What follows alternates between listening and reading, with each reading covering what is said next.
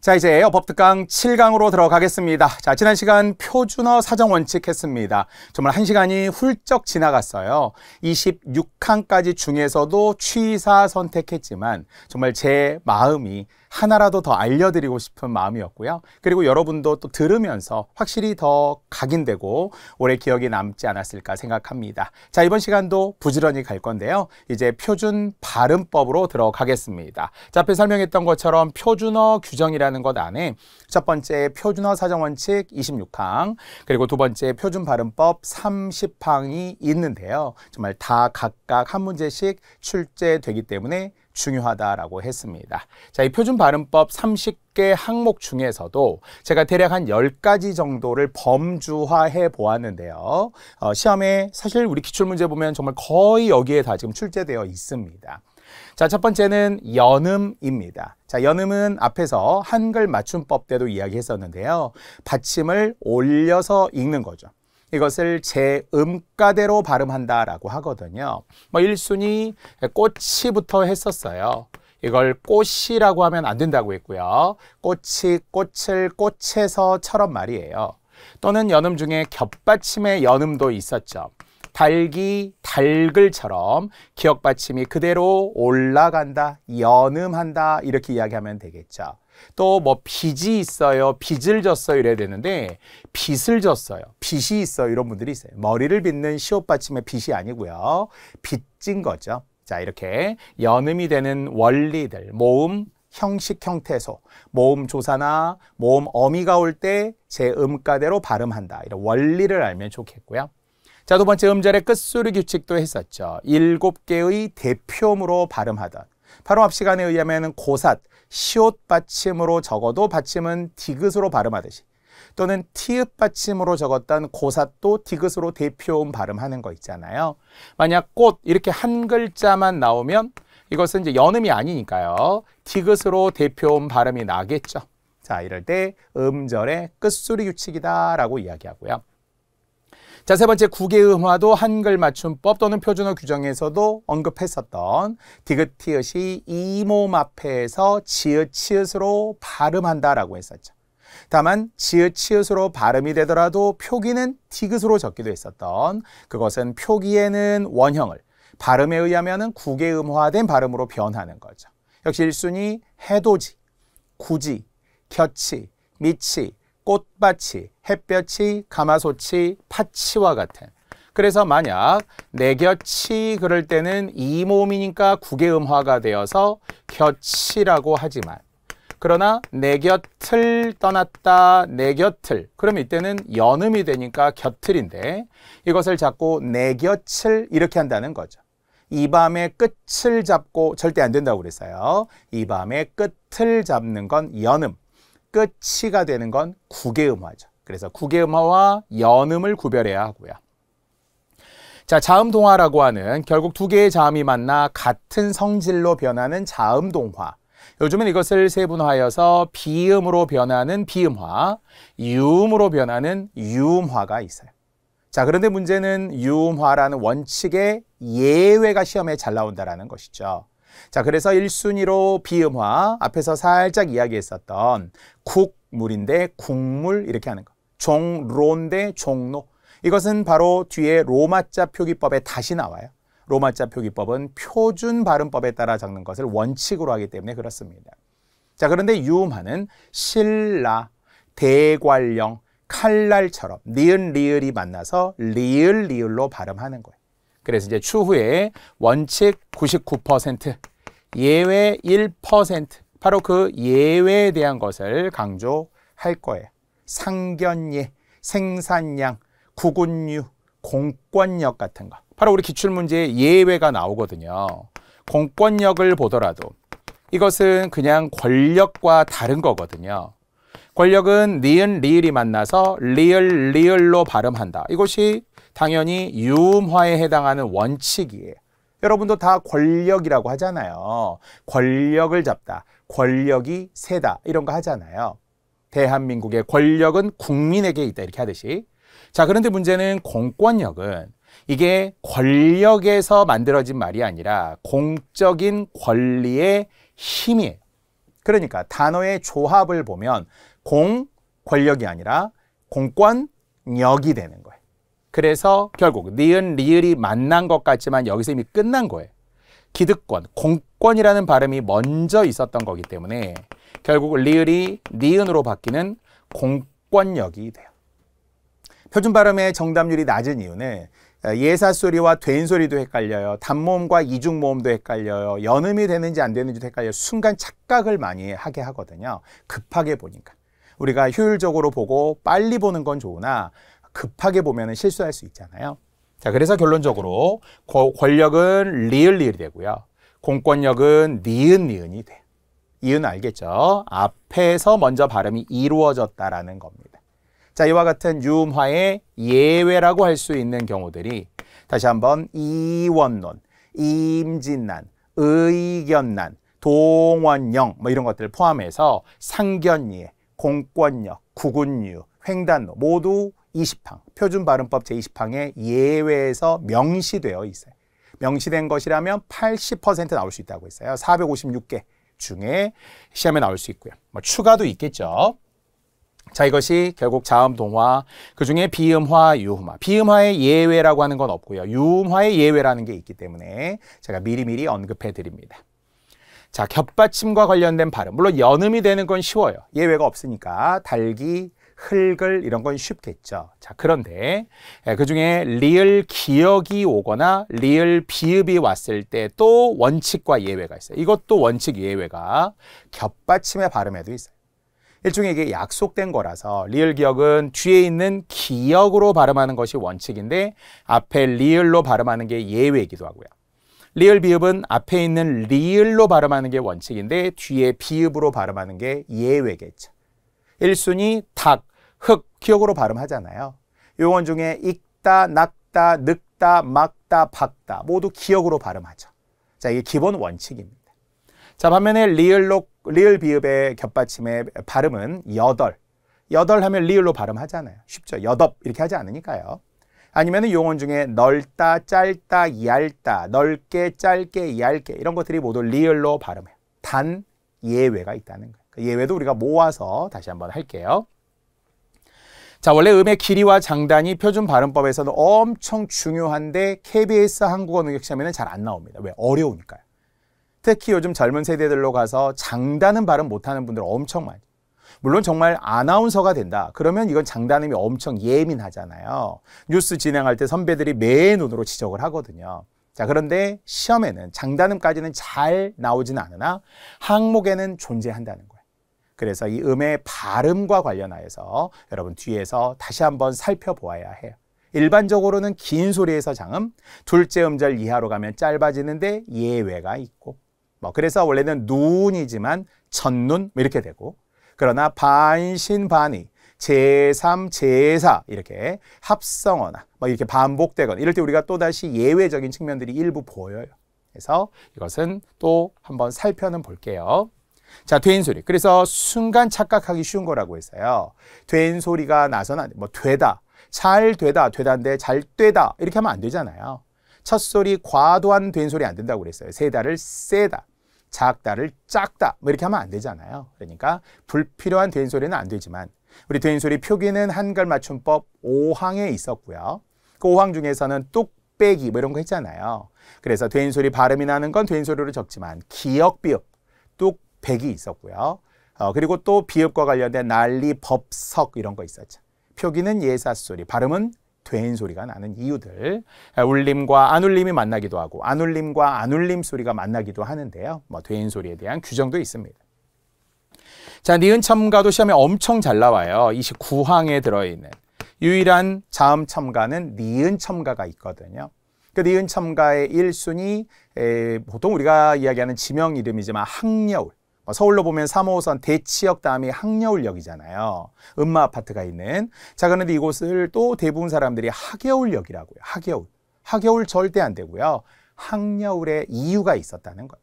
자음에, 받침에 합성어나 파생어. 항여울은 합성어예요. 학과 여울이 만났거든요. 합성어에 야여, 요, 유, 이. 학여울의 여가 왔죠. 여. 이럴 때 니은이 첨가되어야 돼. 그래서 결과적으로 학여울이 되는 거거든요. 그리고 비음화에 의해 학여울이 돼요. 이게 이제 음운의 변동에 의해서 쭉 순서대로 이어지는 건데 최종 발음 우리가 정확하게 알아야 되거든요. 또는 결막염, 망막염, 장염, 신장염 할 때 우리가 염증, 아프죠. 병원에 가야 되는 이 염증과 관련될 때 발음도 니은 첨가요. 뭐 서울역이라든지 서울역 니은 첨가 후 유음화가 되어 서울역이 되거나 이런 니은 첨가된 사례들도 시험에 정말 잘 나옵니다. 자, 이것 또한 마찬가지로 원칙과 예외 등이 있어서 또 원칙 예외가 엄청 많다는 거고요. 또 사이시옷 발음이 이제 마지막 30항에 있는 건데요. 사이시옷과 관련된 된소리 발음이 시험에 잘 나옵니다. 역시 우리 기출문제에 있습니다.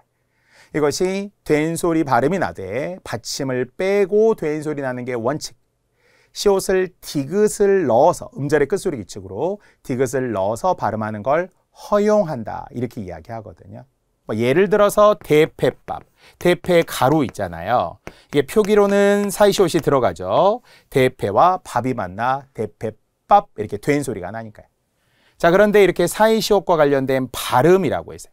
발음으로 보면은 만약 발음을 뺀 채 대패밥이라고 발음하는 것이 원칙이지만 그러나 대패밥에서 디귿을 넣는 걸 허용해. 이럴 때 KBS 한국어능력시험에 의하면은 디귿 있냐 없냐도 있지만 된 소리 밥이라는 것까지도 신경 쓰라는 거예요. 대패밥 이럴 리는 없잖아요. 대패밥 이렇게 되겠죠. 우리 국어 관련하여 사이시옷 표기 선지국 이런 거 했잖아요. 고깃국 이렇게 했겠죠. 순댓국 했겠죠. 자, 이렇게 사이시옷 표기와 관련된 발음이에요. 사이시옷 표기는 한글 맞춤법 30항. 사이시옷 발음은 표준 발음법 30항에 나옵니다. 30이라는 숫자가 같죠. 자, 문제는 이 발음이 경우에 따라 다른 수의적인 경우가 많아요. 수의적이라는 것은 주로 불규칙하다, 임의적이다 이런 이야기거든요. 그래서 이건 또 외워야 될 때가 있어요. 된 소리가 나기도 하고 안 나기도 하고. 과거에는 김밥이라고 해서 된 소리가 안 났어요. 그런데 이것을 사람들이 또 많이 김밥이라고 하니까 둘 다 맞는 것으로 바꿔줘요. 김밥 먹고 천국 가야 되는데 김밥 먹고 천국 갈 수도 있어요. 자, 이렇게 된 소리가 나지 않는 것이 원칙, 또 된 소리가 나는 것도 인정해 주게 되면서 교과서가 원칙인데 교과서를 추가해 줍니다. 효과적인데 효과적이라고 인정해 줍니다. 불법인데 불법이라고 인정해줘요. 이렇게 표준 발음도 많이 이제 좀 바꿔서 둘 다 맞는 것으로 허용해 주는 것으로 이제 점점 변하고 있는데요. 자, 시험을 위해서는 또 알고 있어야 하겠죠. 자, 그렇다면 지금부터 또 총칙 1항입니다. 자, 이제 기억하시죠? 우리는 총칙 1항 세 번째입니다. 또 복습해야 돼요. 첫 번째 한글 맞춤법. 한글 맞춤법은 표준어를 소리대로 적되 어법에 맞도록 함을 원칙으로 한다. 자, 표준어 사정 원칙 1항 했잖아요. 표준어는 교양 있는 사람들이 두루 쓰는 현대 서울말로 정함을 원칙으로 한다. 자, 이제 표준 발음법 좀 길긴 하지만 천천히 보세요. 표준 발음법은 이렇게 항상 주어로 시작을 하죠.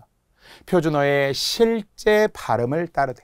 그러니까 만약에 선생님 왜 그렇게 발음하는 거예요? 원래 실제 발음이 그래서 그래요.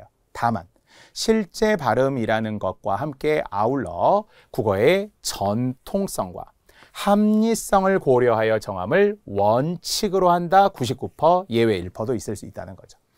자, 그렇다면은 전통성, 합리성이라는 단어가 들어가는데요. 전통성은 트레디셔널, 예로부터 쭉 내려온 발음이죠.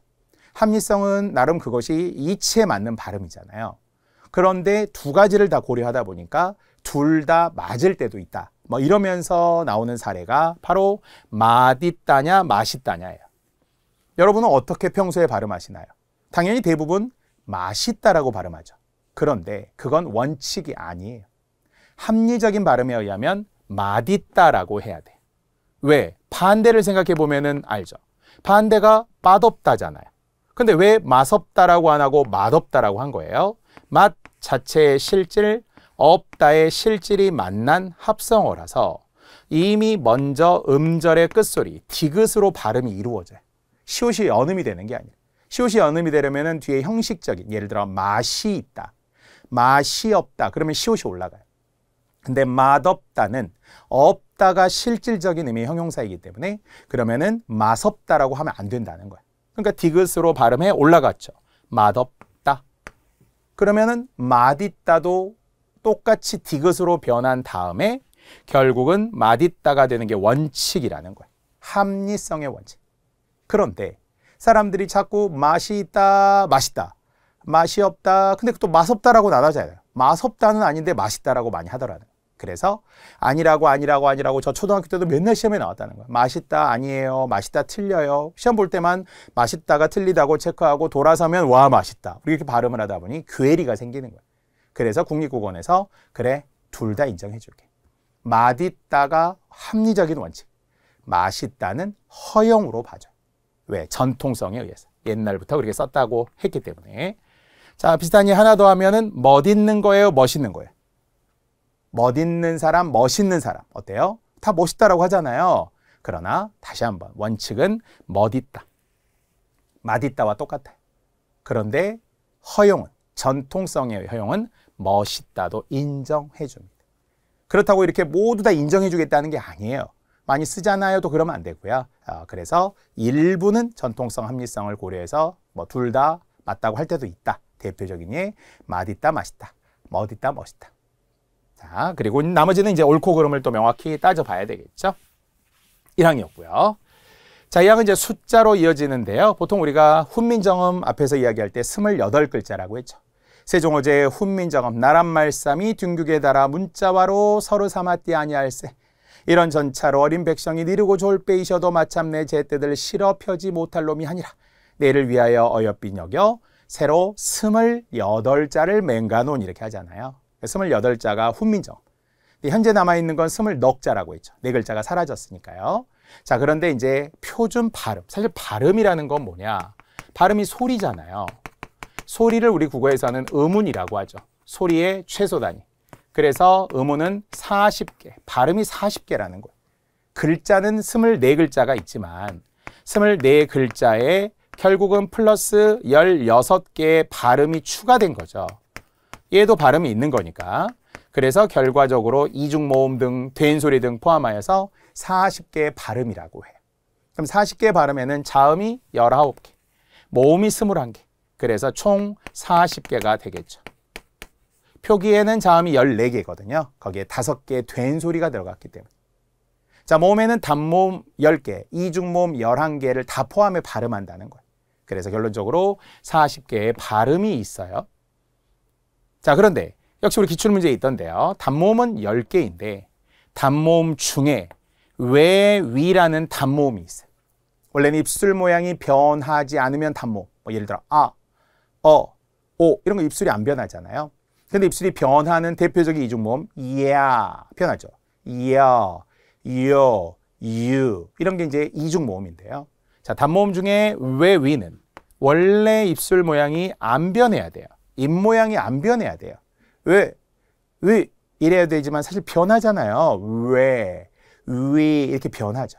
자, 그래서 이 발음에 대해서는 이 왜, 위 또는 위, 왜를 반드시 기억해야 되는데요.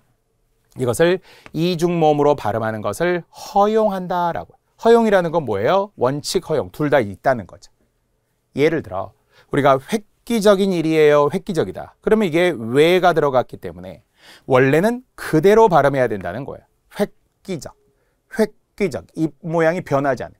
근데 우리가 안 변할 수가 없잖아요. 어떻게 변한다고요? 획기적, 우회로 변해요. 우회. 이게 허용입니다. 따라서 왜로 발음하는 게 원칙, 이중모음으로 발음하되 우회로 발음하는 걸 허용한다는 거예요. 자, 외교도 그래요. 왜 들어간 단어들 많잖아요. 그중에 뭐 외삼촌, 외숙모, 외할아버지, 외할머니. 벌써 발음이 불편하죠. 단모음으로 발음하래요. 그래서 우회, 이중모음으로 발음하라고 그랬어요. 외교, 외할아버지, 외할머니. 자, 다만 이렇게 쓰는 외 이중모음은 아니에요. 요게 또 오답으로 잘 나오니까 주의하셔야 하고요. 자, 허용하되 단모음의 원칙 우어의 허용이 되겠습니다. 물론 위는 발음 기호의 변화는 없어요. 위, 아래, 위, 아래, 아래 할 때 위는 그대로 발음을 하되 단모음처럼 고정하거나 이중모음처럼 위 이렇게 변하는 걸 인정한다는 거고요. 이렇게 발음 기호로 나올 때는 차이는 없습니다. 그래서 왜만 특히 기억해 주세요.